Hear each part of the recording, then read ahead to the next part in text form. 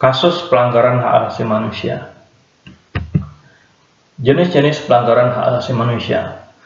Pasal 1 ayat 6 Undang-Undang Nomor 39 Tahun 1999 menyatakan bahwa pelanggaran hak asasi manusia adalah setiap perbuatan seseorang atau kelompok orang, termasuk aparat negara, baik disengaja maupun tidak disengaja atau kelalaian, membatasi dan atau mencabut hak asasi manusia seseorang atau kelompok orang yang dijamin oleh undang-undang ini dan tidak mendapatkan atau dikhawatirkan tidak akan memperoleh penyelesaian hukum yang adil dan benar berdasarkan mekanisme hukum yang berlaku.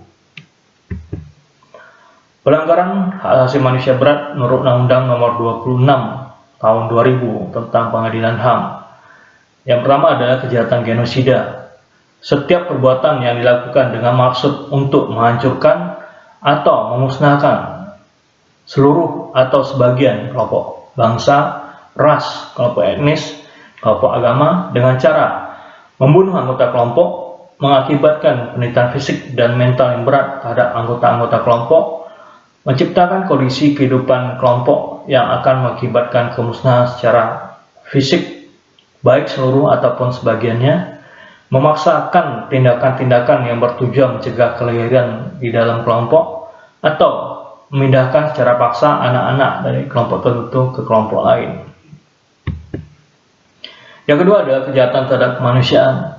Salah satu perbuatan yang dilakukan sebagai bagian dari serangan yang meluas atau sistematik yang diketahuinya bahwa serangan tersebut ditujukan secara langsung terhadap penduduk sipil, berupa pembunuhan, pemusnahan, perbudakan, pengusiran atau pemindahan penduduk secara paksa, perampasan kemerdekaan, atau perampasan kebebasan fisik lain secara semena-mena yang melanggar asas-asas atau ketentuan pokok hukum internasional, penyiksaan, perkosaan, perbudakan seksual, pelacuran secara paksa, pemaksaan kehamilan, pemandulan atau sterilisasi secara paksa, atau bentuk-bentuk kekerasan seksual lain yang setara. Penganiayaan terhadap satu kelompok tertentu atau perkumpulan yang didasari persamaan paham politik, ras, kebangsaan, etnis, budaya, agama, jenis kelamin, atau alasan lain yang telah diakui secara universal sebagai hal yang dilarang menurut hukum internasional. Penghilangan orang secara paksa, kemudian kejahatan apartheid. Penyimpangan nilai-nilai Pancasila dalam kasus pelanggaran HAM. Pertama adalah kasus pelanggaran HAM di Indonesia.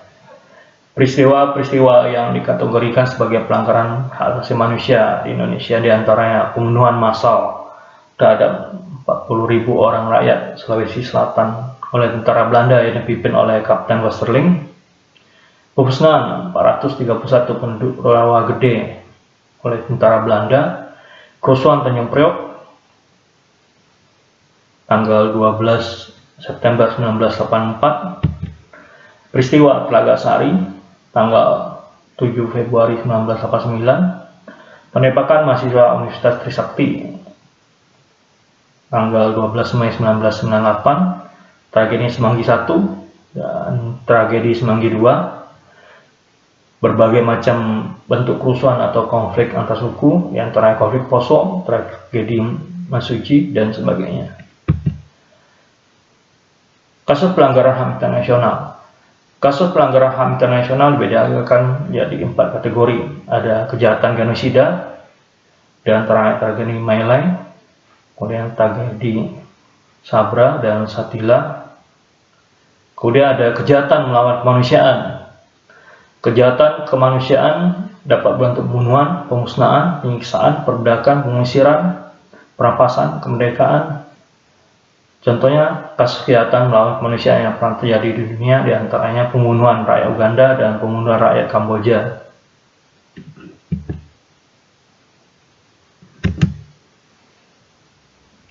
Invasi atau agresi suatu negara ke negara lain. Invasi atau agresi ialah suatu bentuk penyerangan dengan menggunakan kekuatan militer yang dilakukan oleh suatu negara atau bangsa terhadap negara atau bangsa lain dengan dasar untuk mencaplok wilayah yang dikuasai negara yang diinvasi, memerangi kejahatan internasional dan sebagainya. Akan tetapi hal tersebut dilakukan dengan tidak menggunakan dasar hukum yang kuat serta melegalkan tindakan tersebut. Contohnya invasi Irak ke Iran, kemudian invasi Amerika Serikat serta sekutunya ke Irak. Kemudian kejahatan perang. Kejahatan perang adalah suatu tindakan pelanggaran dan kecukupan hukum internasional terhadap hukum perang oleh satu atau beberapa orang, baik militer maupun sipil. Pelaku kejahatan perang ini disebut penjahat perang. Setiap pelanggaran hukum perang pada konflik antar bangsa merupakan kejahatan perang. Pelanggaran yang terjadi pada konflik internal suatu negara belum tentu dapat dianggap kejahatan perang. Terima kasih dan sampai jumpa.